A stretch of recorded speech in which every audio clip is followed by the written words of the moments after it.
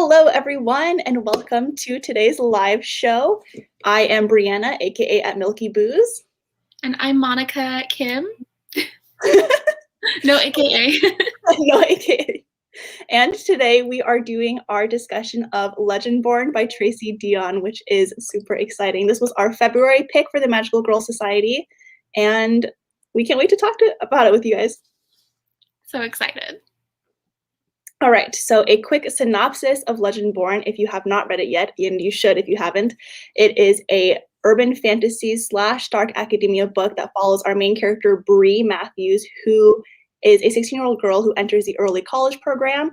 And when she goes to the university, she accidentally witnesses this fantastical event that she wasn't supposed to see. And then as a result, finds herself involved with the secret society of people who are the descendants of King Arthur and the original Knights of the Round Table. And with her involvement in them, she finds out about this world of demons and magic and all of that. And so she goes on this big journey and finds out more about her own family history through this as well. Yay. So do we want to start off by giving our non-spoilery reviews? Yes. I gave this book 5 stars. I was a huge fan of this story. I haven't read YA fantasies in a long time where I give it 5 stars. So I was really excited about Legendborn, and I love how it discussed a lot of themes of race and class, and especially like discrimination in academic settings. And I was a huge fan of the Arthurian aspects of the story as well, because I don't know that much about King Arthur, but I think it was all fairly easy to follow even if you're not a big buff on that. So I love the characters, and I can't wait to read the sequel when it comes out. I agree. Also, if any of you watching, let us know what you thought of the book. Let us know what you rated it and all of that. I also really loved it. This book totally took me by surprise by how much I just totally fell into the world and the characters, and felt so strongly connected to the world, it just felt so real. And it's honestly, I feel like it's rare for me, I feel like it's rare for me to feel this way about urban fantasy, so excited about a world, and to feel that sense of wonderment at it, to feel oh yeah, I get how astounding this is. And I feel like that was so well done in this book.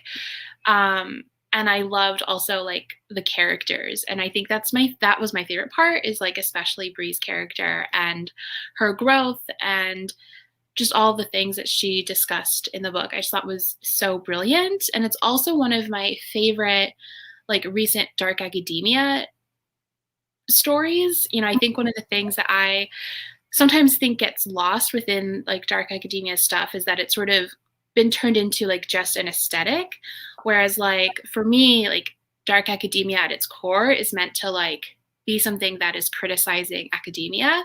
And I this does that so well. And yes, I agree. So I loved this one. A lot of people, first 5-star of 2021. Yes, it was amazing. So good. I really thought I was grown out of the YA fantasy genre, and Legendborn was just kidding, come back today. And I'm here. It was so good. I'm so glad you guys liked it too. Unicorn Lover Girl says, I love the book. Yes, all of these 5 stars of Legendborn, we love to see it. Immersive, that's the word I was looking for. Yes, I'm a reading being I felt like the fantasy aspects were really easy to understand. And then I also feel very taken to the characters' mindsets. Whenever Bree feels anything, I felt it too. And if I don't connect with the characters in fantasy novels, I don't care for the rest of the story. But I cared so much about anything and everything that happened to Bree. And I think that's a big reason why I was so invested. Yeah. Definitely addicting. Oh my God, in one day, props. That's wild. That is so impressive. Oh, good. Yes, okay. If we want to start talking about spoilers, I'll go ahead and put up the banner. Yes, so many people are saying that even if you're not a huge YA fan, this book really I think goes so beyond like the tropes that I think YA fantasy kind of became known for. Like a lot of people turn away from it because they're like, oh, like I don't want to read about like the chosen one trope or like love triangles. But I think this book Yeah. takes on both of the tropes very well, and like even the love triangle is not really it's not what matters in the book, if that makes sense. So it's like, Yeah, I get that. I it's there if agree. you like it, and if you don't like it, it's not there that much. So there's something in there for everyone that I think is perfect. So do we want to start off? I think one of the things I was really excited to talk about was the way that grief was depicted in the book. Yes. And that's sort of like you get that from the very beginning. Mhm. I just thought that was one of the things that I wasn't expecting going into this. But I was just like floored by how well done the way that the book talks about and like depicts grief, and even like when Bree talks about her like almost like her grieving self as like another person, and Yeah. some of the things that like her grieving self wants to do, like that are a bit more, what's the word I'm looking for? Chaotic is not the right word. Self-destructive. I was like, I just felt a lot of that. Yeah.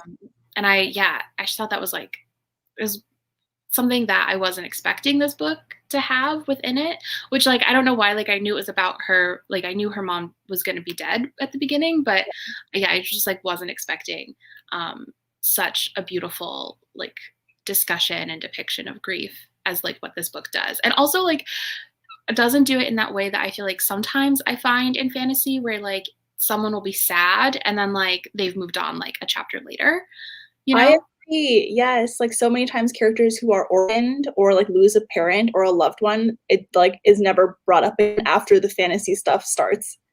Whereas I Yeah, feel like this book keeps being like in the middle of her fantasy, she's like, but like her after Bree versus before Bree, and then thinking about like how she shows herself to the world and how she interacts with other people as a result, and like with her yeah, dad and Alice and all her new friends. I like that the book kept referencing how her grief impacts the decisions she makes throughout the story, and like the fantasy, the fantastical things that happen to her don't take away from like her main goals, which are to find out like the secret behind her mom's death and like if her mom was murdered. And I think that was really, really nice to see that she continued to think about like her main goal even after like all this other amazing like fantasy stuff happens. It wasn't just but whatever about the thing I was sad about at the beginning. yeah. I for sure agree. Yeah.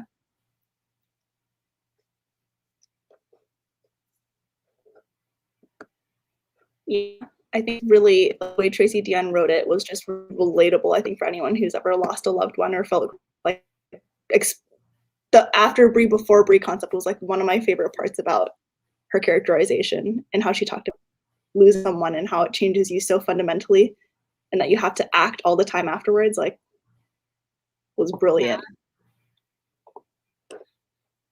And really all three of them, I just realized this, all three of them lost a mom, Yeah. Yeah. right? Yeah. Yeah.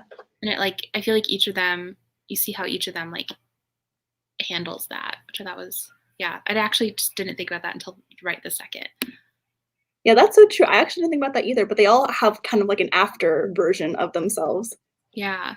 especially when you find out more about Nick and Sel's past together and you see how they changed, like when they had to become men so quickly after they lost their mothers. Like for sure, I think like the way that the grief is depicted is just so lovely. Like not lovely, but you know what I mean? Like it's Yeah. just it's Yeah. very emotional and like resonant with the It just audience. felt very honest Mhm. versus like sometimes I do feel like grief is almost used as a tool to move the plot along in some books, Yeah. and like to sort of like give the character something to like to push them towards something, whereas like this felt like a really honest depiction of grief. Mhm. So Yeah.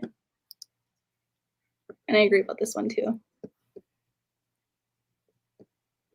I think the whole look into her past with when she meets, I can't remember the character's name now, but when she meets like with the therapist and the other person who's able to like take you back into your memories to speak to your ancestor, that scene was so moving. I went back to listen. I was listening to an audiobook and I was like, oh my gosh, like I need to go back and listen to this because it was so much information at once, and it was like such a powerful part of the story. I think like finding out everything that how far back like this how impactful intergenerational trauma really is within her family, and that it goes back way further than just her grandma and her mom, was so well written.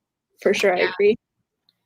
I agree. I really appreciated how this book discussed that, especially like in the academic setting, because I think that's another thing when I was reading it, and how much privilege it is to like when you read a dark academia book, and like if you can just read it and sort of slot yourself into someone who would be able to join a secret society and like have a history there, like Bree can't do that, you know? And I thought that that was so important because one, like it's just discussion about that within academia in itself, I think is really important, and one that isn't discussed enough within stories that are like set within academia. So that you have all these books that are sort of like creating this like fantasy version of like what that universe is like what going to university is like, and this sort of like creating it to be this like much more pure and wholesome experience than it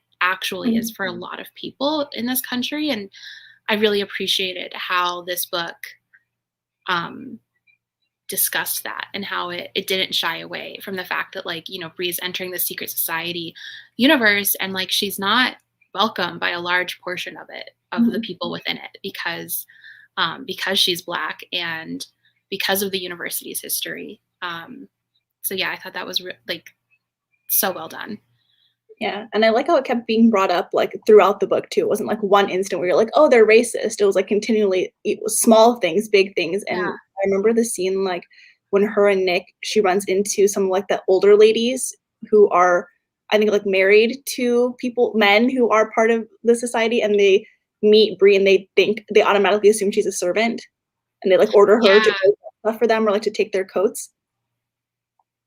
I was like, "Oh, so this is, like," and she's like, "Oh, so this is how it's gonna be here." And then Nick was like, "I'm so sorry." And she was like, "And what now?" Like, "This is Yeah. how it's gonna be forever?" And then, like, when he claims her, he's like, "I want, Paige Matthews to be my squire," and half the room goes up in anger. It's like from the small things to the big things, I feel like it did a really good job with continually reminding the reader, like, this is a reality for so many students going to university, like, and how many barriers there are to overcome. Yeah. It was honestly one of the reasons why I had such a big hurdle, I think, with Nick at the beginning. Cause I just like, from the start, I was like, he's funny, he seems nice, but he like frustrated me because there were things that like he put Bree into situations where I was like, the fact that like you didn't even think that like to prepare her, or I don't know, it just felt like I felt his privilege in not having to think about things until like she was in the moment and having to like experience like these really traumatic events. Um, so yeah, that was like something that frustrated me about his character. But I think that that's done on purpose, like not frustrated me as though I didn't like his character, but yeah, Yeah, it's like even the people who are like quote good guys who are supporting Bree have blind spots because of their own privilege. I feel like that was really like Nick has flaws. He wasn't just like this golden boy who's gonna save Bree from all of her troubles. And I think that yeah, was a really well written relationship too.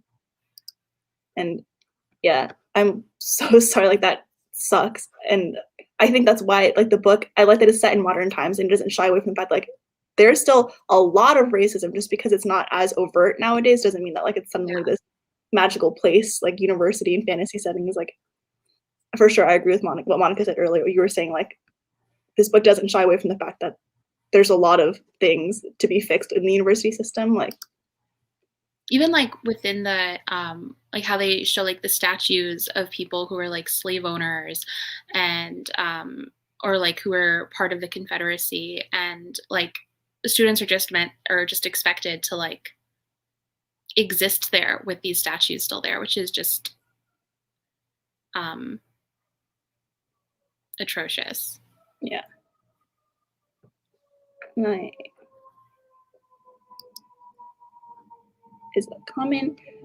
Yeah, I think microaggressions are extremely common. And oh, sorry, there's sirens going on behind me. But No yeah, worries. for sure, like it I think because a lot of people don't necessarily realize that what they're saying is racist, and they don't consider themselves to be racist, but small comments on like how you look different, like your eye shape's different, or your hair texture is different, or oh, like where are you from? Like those small types of questions, like those little microaggressions happen often and all the time, and especially in predominantly white spaces, like in secret societies at old universities, for sure. Yeah. Yeah. Especially like in academic spaces, I feel like there's it's like a different kind of racism. Mm-hmm. Where Mm-hmm. it's like, I don't even know how to fully describe it, but it's almost like people are like, well, I'm educated. So, it's like this air of, well, I can't be racist because I'm Yeah. educated. And I know these things are bad, but like you still have these like microaggressions. Mm-hmm. And I can only speak to it from like an Asian perspective. Same. But yeah, that's very common and very real. Yes, this affirmative action when Bree was like, so you're gonna come, like you're gonna tell me I only got in because of affirmative action, but you only got in because you're a legacy. Like you got in here because your parents have money and they went to this school. So how is your acceptance any more valid than mine if you're gonna say I only got in because of my race? And I really loved that conversation because that is so, Yeah. so true.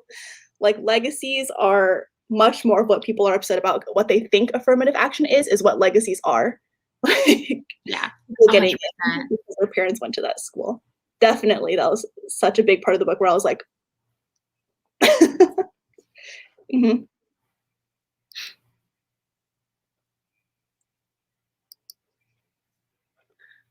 Oh yeah, and it's definitely like that specific flavor of racism where people will be like, oh, but actually, and then come at it as if like they're coming from a very educated perspective, and then their education on racism is more important or valid than your actual lived experiences. It's I feel like a lot of what you see in academic spaces, and I love how Legendborn talked about it and showed it I so agree. well.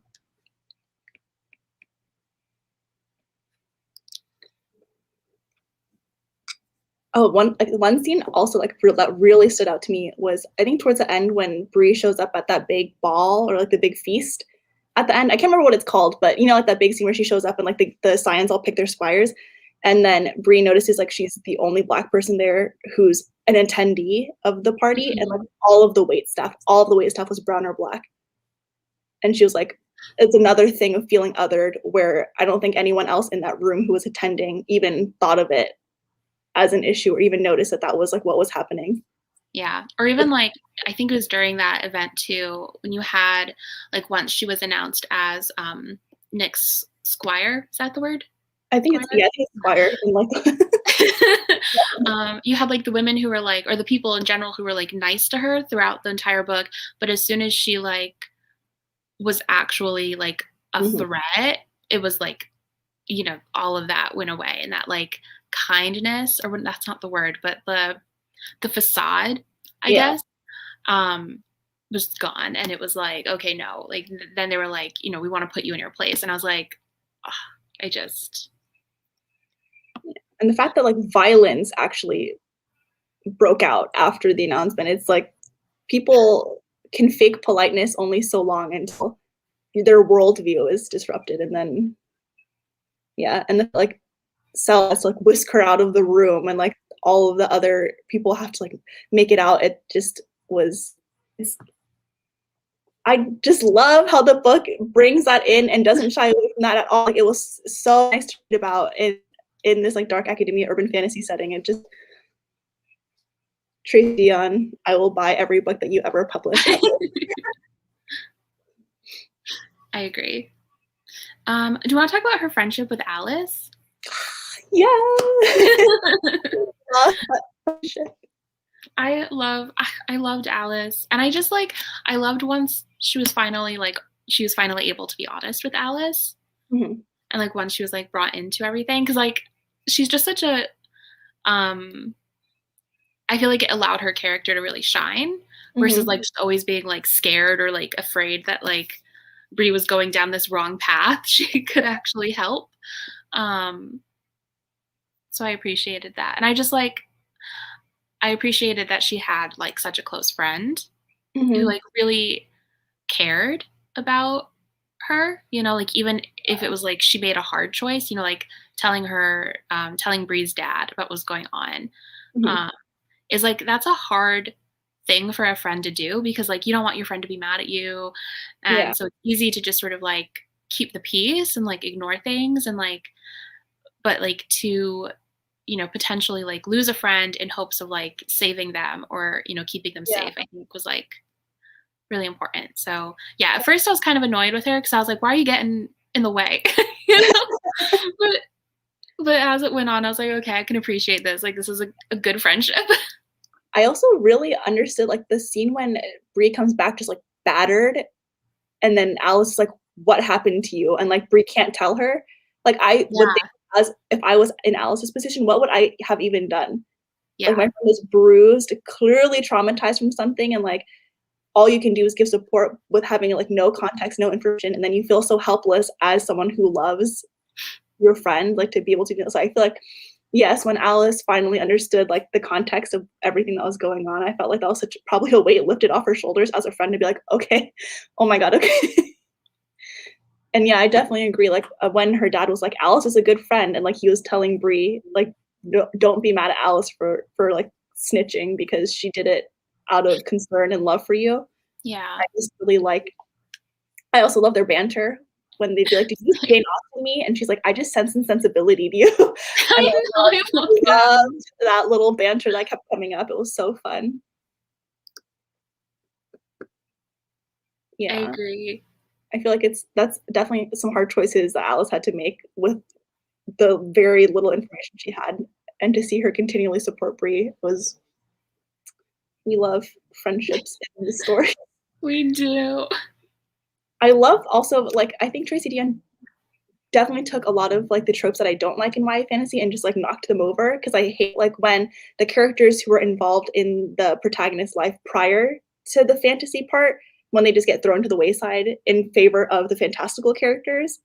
Like, Yeah, here, yes, Bree does get involved with, like, Selwyn and Nick and that society, but she still sees her father like, he's still a part of her life, and we see him pop up in the story again. We see Alice pop up in the story again, and then we keep getting to see, like, the non-magical part of Bree's life was really nice that we get all these yeah. characters, and they stay in a part.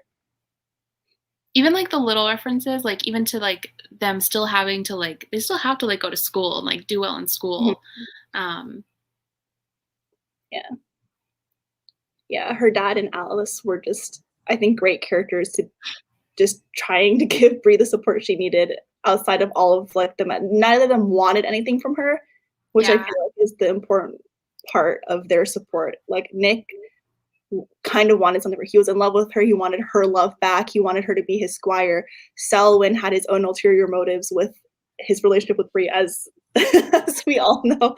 So, like, I feel like all the other characters she had met had wanted something from her, but all her dad and Alice wanted was for her to be safe and happy, and then getting to see that wholesome relationship was really nice in contrast to everything else that was going on. yeah, I agree. Is it time to talk about the relationships? Let's love Nick and Selwyn. So are we all team Nick or team Sal? Sound off. I am team Bree doing her own thing, and then Fair, Nick and fair. Sel doing their own thing. I don't know. I like both Nick and Sel as characters, and I think Selwyn's past in particular is very interesting with his mom and, like, with his demon blood that he had been basically gaslighted into thinking was gonna take over his life at some point, and all of that. I think I wanna know more about both of them for sure, but I don't know where I Yeah, stand in terms of their relationship with Bree, fair, but fair. I'm very I much so team I was Selwyn. like, "Yes, That's 100%." the I would only ending live I for will accept, is the 3 of them finally being happy together. I just, like I think also part I had just finished watching True Beauty, and so Nick and Sel kind of gave me vibes with the 2 boys in that show, um, where in the same way where I was like, I care about the relationship that you have with this girl, but also, like, I want you 2 to be friends again Mhm. or, like, to make up somehow, and I like felt that with the two with Nick and Sal. I was like, I just feel like there is some relationship repairing that needs to go on. But I think like, okay, so when the book first started and we like see Selwyn for the first time, I was like, oh, okay, he's the love interest because he's like the mysterious one in the shadows and he's like brooding. So I was like, okay, obviously. And then she throws us the curveball of Nick and Selwyn being murderous and horrible. So I was like, oh, okay, well, I guess he was a red herring and he's not the love interest. And then she throws another curveball, and suddenly we're looking at Nick's abs, and I was like, wait, but what I will say is that this, I think, if Selwyn is like endgame, or if that's like if that relationship is pursued, this might be one of my favorite enemies to lovers that I've read, like in ever, maybe, like at least in YA. Like I feel like so often when you have a story and someone's like, oh yeah, this is great enemies to lovers in this book, it never actually is. It's always like they are just antagonistic towards each other, but also like attracted, like very clearly attracted to each other from the very beginning. Whereas in this one, like I was like fully, okay, he's the antagonist, he's evil, he's the villain. And then like she slowly builds you out of that. And I was like, okay. And I don't really see anyone talking about that and like how like good the enemies to lovers in this is, because like I know that's something that people want a lot in books, but that's like really hard to do well and really hard to find. So like this is definitely one of like the books I will be recommending for that, because it's so well done. The love triangle is actually a triangle. It's not like two guys. That too. It's actually a triangle. Yeah, and I was like, finally, an actual love, and that's why polyamory. At the commenter who said that earlier, Tracy Deonn ends this with the trio together. I would lose my mind. I would lose it. Like, oh, here.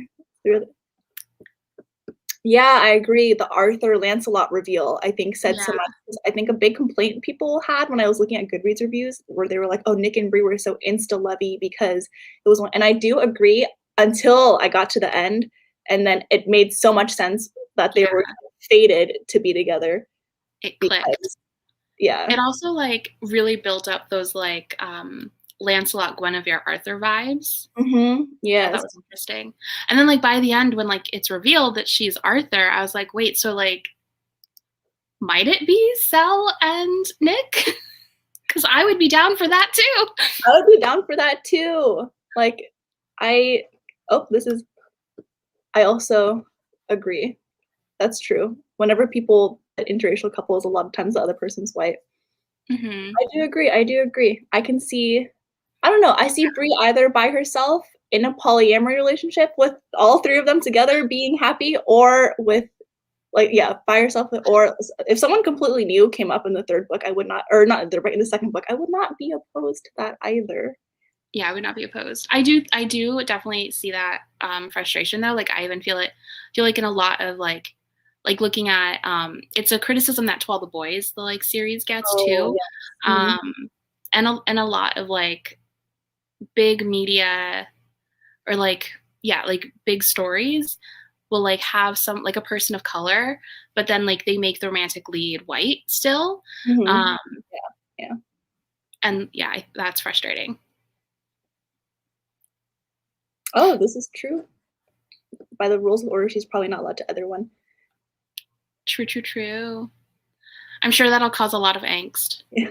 I remember William like describing all of like the no-nos with scions and squires and pages, and I was like, this is a lot of information. I kind of like I that's the one thing is I wish that there was a list, like a glossary and like a list of characters. Because I did get a little lost, but that was more of like a me problem than the book. And also because I did the audiobook. So did I, yeah. I remember, I think, well, hopefully maybe it'll be in the next one, because now that all the scions have been called, it would be interesting to know in depth, because I can't even remember like which scion has which powers. Like I only remember like one of them is speedier, like William's a healer, and then so but I can't remember what they all are, like who's the scion of who, and I think the family tree would be extremely helpful because I am not smart enough to contain all this information at once. But yeah, Same. the information with like the squares and the scions, especially with that understand that like you basically become bonded so much that like your lives are tied to each other. So to date someone and then potentially fall out of love with them, but still be bonded for life is such a That would precarious be situation to put yourself into. rough. Maybe the problem most of us problem. I'm glad I'm not alone. I just need Uh, maybe I'll draw myself a tree. I'll go back in and be like, what's happening? Speaking of Cell, though, I loved his story, like just like outside of the romantic element. I feel like his mom and like the whole being half like as soon as they said he was half demon, I was like, oh, okay, he's the love interest, but it's fine. Like, let's It's like I know how this works. Um, but I was like, I'm so interested in Cell's mom and like what was going on there. Also, that moment with like Bree and her mom, like the memory.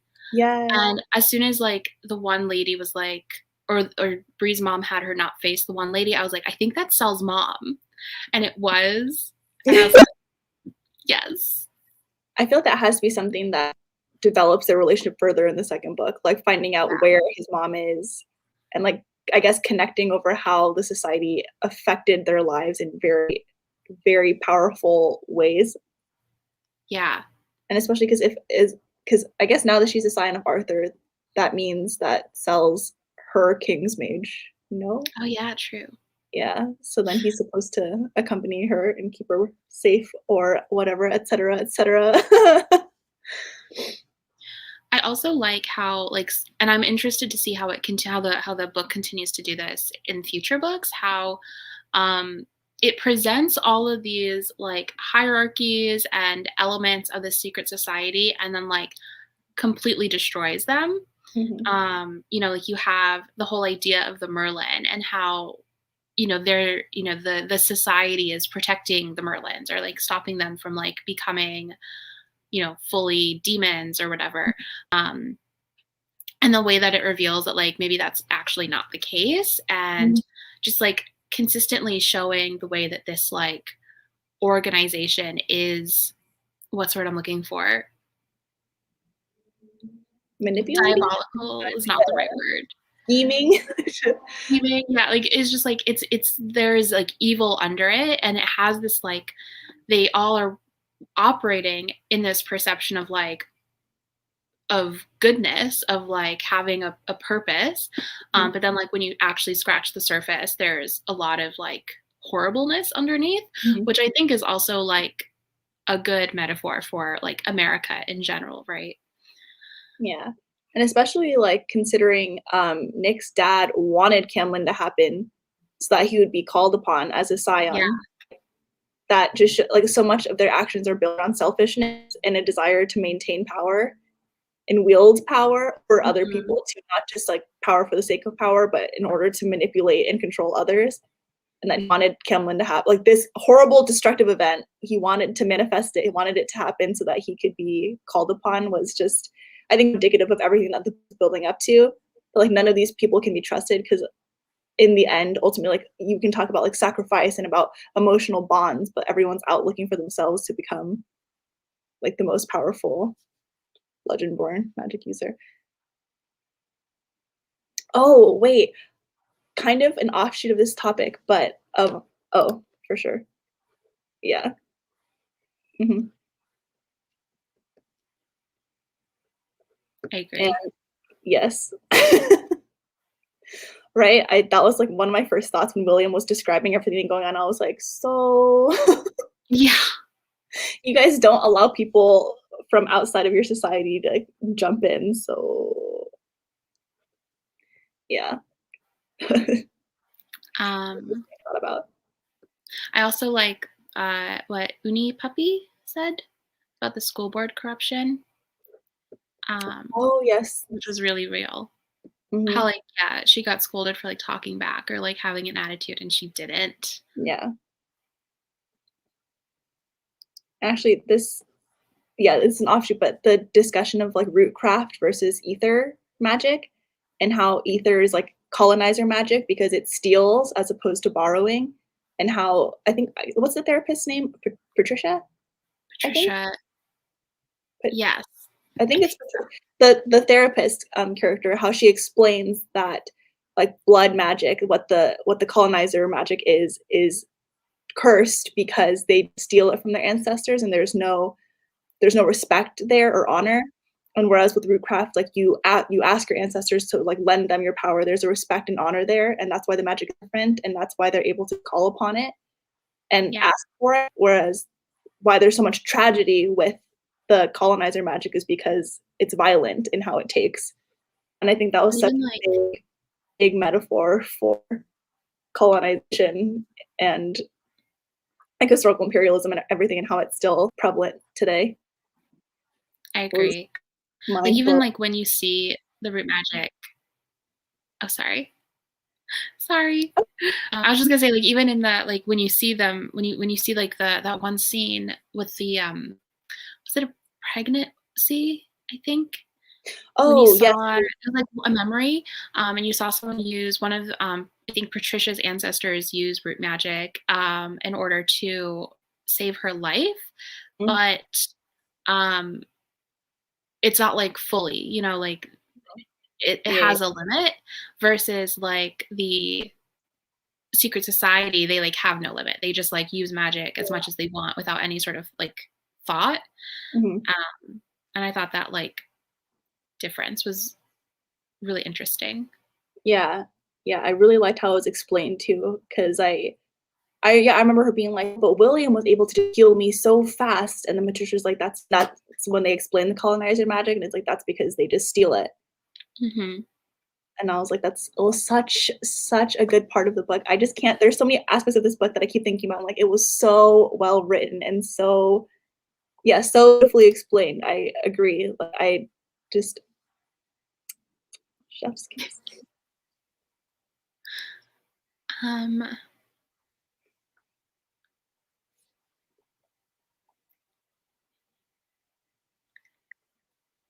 Oh, yeah, and additionally, in the reveal that Bea is the scion of Arthur and how she has, like, the memory of how she became the scion of Arthur, I think it was a good subversion, I don't know the word, of the chosen one trope. Like, the chosen one always like, "Oh, I never wanted this life for myself, blah, blah, blah," but this really was, like this was thrust upon Bree and her family and her ancestors because of violence commit against them.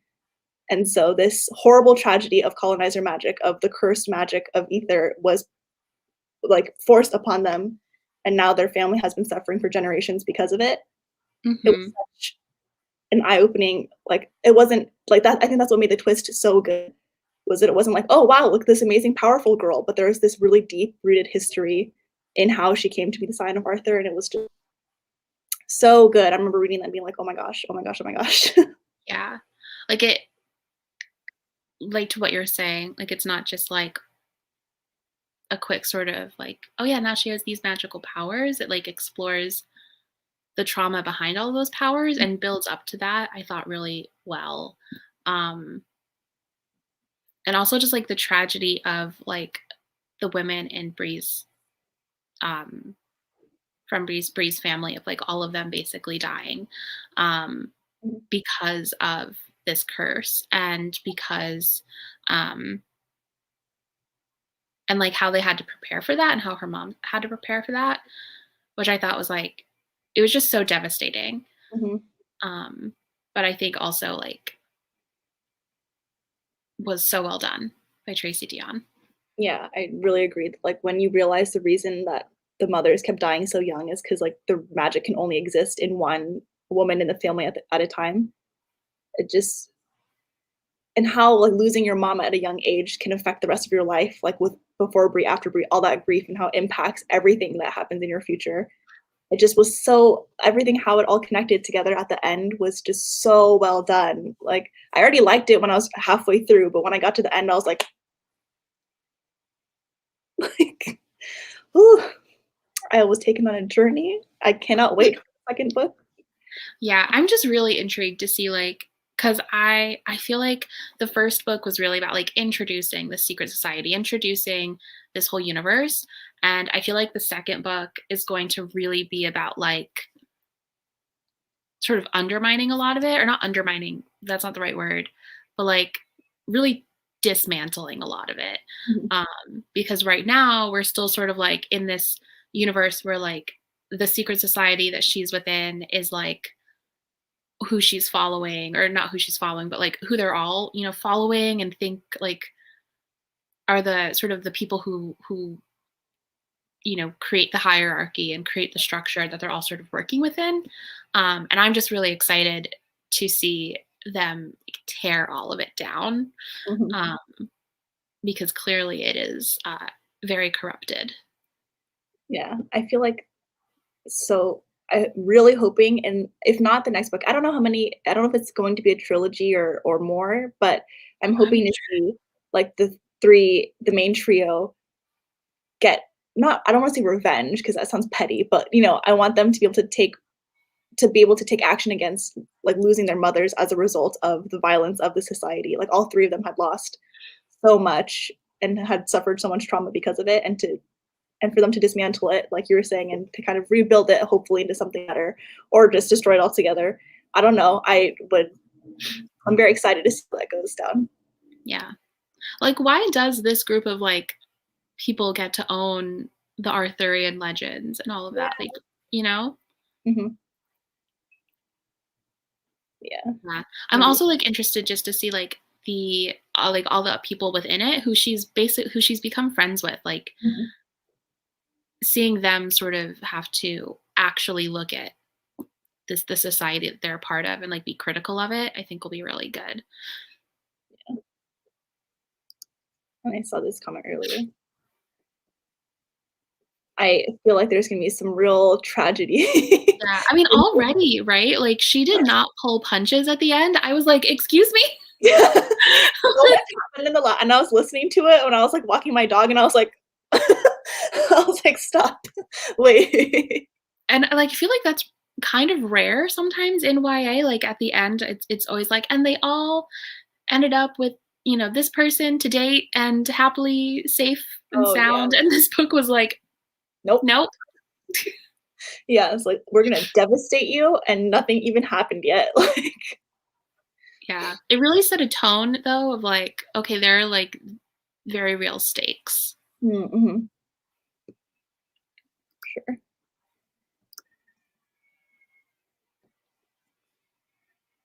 Yeah, at the end I was like, so who's left? So I needed, like, a second free second part afterwards to be like, "Here's who's still alive. Yeah, like Here's where Hunger they Games style. Like here's who we.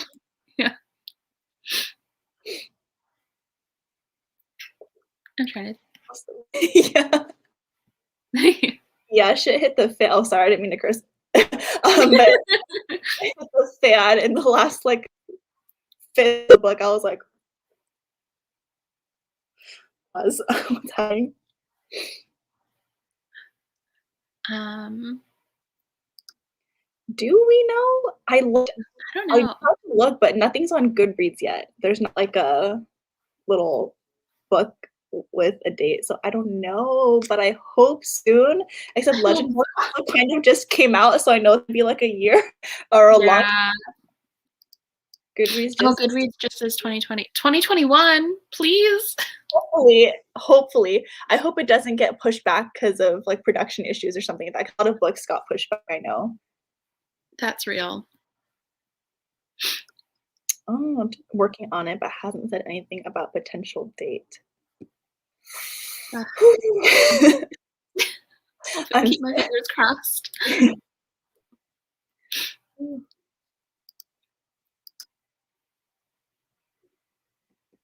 Oh yeah, that twist was wild. That blew my mind Yeah. when she was like, she couldn't hear him walking, and I was like, no.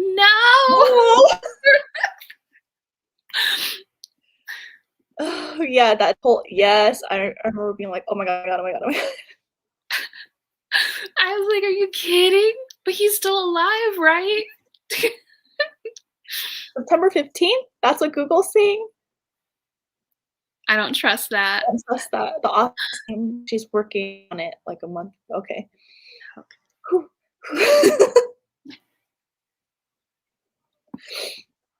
Uh, I can't wait. I need to know. I wonder where the next book is gonna start. Yeah. Is actually what I'm excited about because I think after all the chaos of the last couple of chapters, like where Cell, Nick, and Bree stand and where the rest of the society members that we kind of got to grow with throughout the book stand afterwards, like if they're gonna follow Bree and accept her as a leader or if they turn their backs and try to like mutiny. I don't know. Yeah. I don't know. I hope they save Cell's mom. I feel like that should be Yes. task number 1. Also Nick. I forgot about him. Also, is Nick's mom still alive? I can't remember. She was just taken away, right? Was it confirmed that she was She lost her memories. Uh, So she just doesn't remember Nick, which is devastating. that's devastating, actually, yeah. I wonder if that's maybe something they can do, like, reversed Mesmer. Maybe. That could be a plot point. I don't know. I'm really excited to see. Yeah, who is left alive to become Bree Squire? That's a great question. I'm very much looking forward to how the characters all line up after the events at the end. Yeah. Are there any final topics we want to discuss about the book or anything? Oh, let me take a look at my bullet points. Oh yeah, did Bree reverse Alice's memory wipe? Oh, Is that a actually, thing? did she? I wasn't Did 100% clear on that, but I think she did. I can't remember now. A lot happened. I'm pretty sure she did. So maybe that, because I remember that happened and I was like, oh, could she like help Nick's mom? So I think so. Maybe. Yeah, that'd be a great plot. I'd love to see everyone get to have some bit of a happy ending, or not ending, but Yeah. some a little bit happy in the next book after everything that's happened now. I'd also love to see more of Alice somehow. What if Alice becomes Bree Squire? Ooh. Because do you have to be? You could just be like a person, right? Because they didn't know that Bree was. I think so. She was just like a girl at the time. That would be so much better. I was really nervous, like when Bree was about to like become Nick Squire. I was like, I don't like this. I also did. You don't know how long you want to be with this boy. You cannot make these choices. Bonded with him forever. Oof. Whereas friendship is forever. Yeah, I think I would really like to see the two of them. And they already, I feel like, are so bonded with everything that's gone on, and like Alice finding out about this side of Bree and Yeah, supporting it. So it would be great to see Alice kind of shine more and their friendship flourish in the next book. I think she needs some support outside of Nick and Cell because they got their own baggage to deal with. I agree 100%. Yeah, I really liked it overall. It definitely made me, I feel like it raised the bar for dark academia for me. Mm-hmm. For sure. Same. Yeah. Yeah. Raise the bar for YA fantasy for me too. I'm like, am I going to be too. jumping back into this genre, expecting another Legendborn? But yes, I absolutely loved it. Can't wait for the sequel. Oh, sorry. It's okay. Well, thank you guys for joining today and talking about the masterpiece that was Legendborn. Catch me and Monica on our YouTube channels and our Instagrams and our Twitters, which I will link all our socials down below. Join Magical Girl Society. We're on Twitter, Instagram, and we have our Discord server where all announcements and conversations and chats happen. So I will link all of that down below as well. And I will see you guys again next time. We'll see you guys later. Bye. Bye.